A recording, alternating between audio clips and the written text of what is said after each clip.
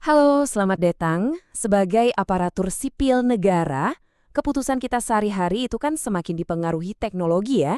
Nah, hari ini kita akan bahas salah satu yang paling mengubah permainan, kecerdasan buatan atau AI. Kita bakal kupas tuntas regulasinya, karena di era digital ini, paham aturan main itu jadi kunci supaya inovasi kita benar-benar melayani publik secara bertanggung jawab. Oke, kita mulai dengan sebuah pertanyaan reflektif. Coba deh lihat ini. Siapkah instansi Anda? Ini bukan soal teori loh, tapi soal realitas di unit kerja kita masing-masing. Karena kalau kita salah langkah dalam mengadopsi AI, yang dipertaruhkan itu bukan cuma efisiensi, tapi kepercayaan publik. Dan itu adalah amanah terbesar kita. Ini dia peta jalan kita untuk beberapa menit ke depan. Kita mulai dari kenapa regulasi ini penting banget, lalu kita bedah apa aja aturan kuncinya, dan kita tutup dengan gimana cara kita menerapkannya secara praktis di lapangan. Yuk, kita langsung mulai. Jadi, kenapa sih kita harus repot-repot mikirin regulasi AI?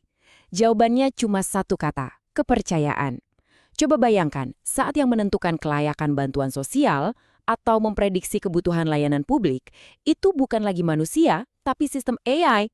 Nah, disitulah kepercayaan masyarakat pada pemerintah jadi taruhan utamanya. Dan ini bukan lagi cerita masa depan ya. AI itu sudah ada di sekitar kita. Sudah bekerja, mulai dari analisis data kependudukan buat perencanaan kota, sampai chatbot yang menjawab pertanyaan warga 24/7.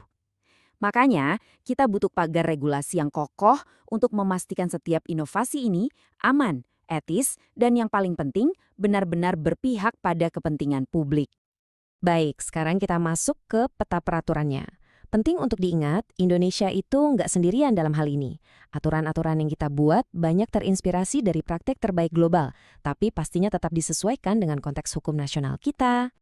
Contoh paling gampangnya, kita bisa lihat perbandingan antara GDPR-nya Uni Eropa yang jadi semacam standar emas global dengan Undang-Undang Perlindungan Data Pribadi atau UU PDP kita. UU PDP kita ini secara cerdas mengadopsi prinsip-prinsip inti dari GDPR. Ini menunjukkan komitmen Indonesia untuk sejajar dengan standar internasional dalam melindungi data warganya. Nah, dari semua aturan itu ada satu yang wajib banget Anda kuasai sebagai ASN, terutama saat berurusan dengan AI. Undang-Undang Perlindungan Data Pribadi. Inilah fondasi hukum utama kita.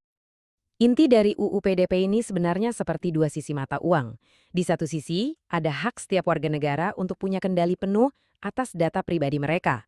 Nah, di sisi lain, ada kewajiban kita, pemerintah, untuk jadi benteng pertahanan yang melindungi data itu dari penyalahgunaan. Ini adalah amanah yang sangat besar. Oke, landasan hukumnya sudah jelas. Sekarang pertanyaan terpentingnya, gimana cara kita menerjemahkan aturan-aturan ini menjadi tindakan nyata di instansi kita masing-masing? Kepatuhan di pemerintahan itu bisa kita rangkum dalam 5 pilar utama. Pertama, kita harus proaktif, lakukan penilaian risiko sebelum sistemnya dijalankan. Kedua, harus jelas siapa penanggung jawab data lewat tata kelola yang rapi. Ketiga, sistemnya harus bisa diaudit, jadi setiap keputusannya bisa dilacak. Keempat, harus transparan. Dan yang paling dasar, semuanya wajib berlandaskan perlindungan data pribadi sesuai amanat UU PDP. Biar lebih gampang lagi, kita sederhanakan jadi 3 langkah praktis. 1. Lakukan risk assessment. Ini untuk mencegah masalah bukan mengobati. 2. Terapkan governance. Biar jelas siapa bertanggung jawab atas apa. 3. Ciptakan audit trail atau jejak audit, supaya kalau ada apa-apa, kita bisa telusuri kenapa dan bagaimana sebuah keputusan AI dibuat. Ini fondasi praktisnya. Kita sampai di bagian terakhir, dan bisa dibilang ini yang paling kritis, risiko dan tanggung jawab. Karena saat kita pakai AI untuk bikin keputusan yang berdampak ke publik, pasti akan muncul pertanyaan, gimana konsekuensi hukumnya kalau sampai terjadi kesalahan? Setiap baris kode di dalam sistem AI itu punya konsekuensi di dunia nyata. Inilah yang kita sebut liabilitas hukum. Sederhananya, ini soal siapa yang harus bertanggung jawab secara hukum ketika sistem AI kita merugikan warga, membuat keputusan yang keliru, atau melanggar hak-hak mereka. Nah, ini dia pertanyaan pamungkasnya.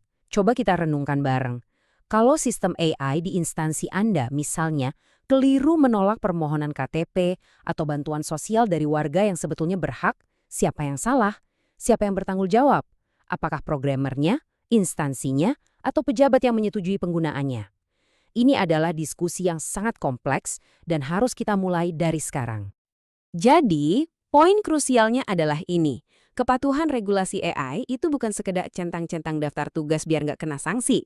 Tujuan akhirnya jauh lebih besar dari itu, yaitu membangun sebuah pemerintahan digital yang adil, yang akuntabel, dan yang paling penting, yang dipercaya oleh rakyatnya. Sebagai penutup, saya ingin meninggalkan satu pertanyaan untuk Anda bawa pulang ke unit kerja masing-masing. Setelah mendengar semua ini, apa satu langkah pertama yang paling nyata yang akan Anda ambil besok untuk memulai perjalanan kepatuhan AI? Inovasi yang bertanggung jawab itu nggak dimulai dari rencana besar, tapi dari satu langkah pertama yang tepat. Terima kasih.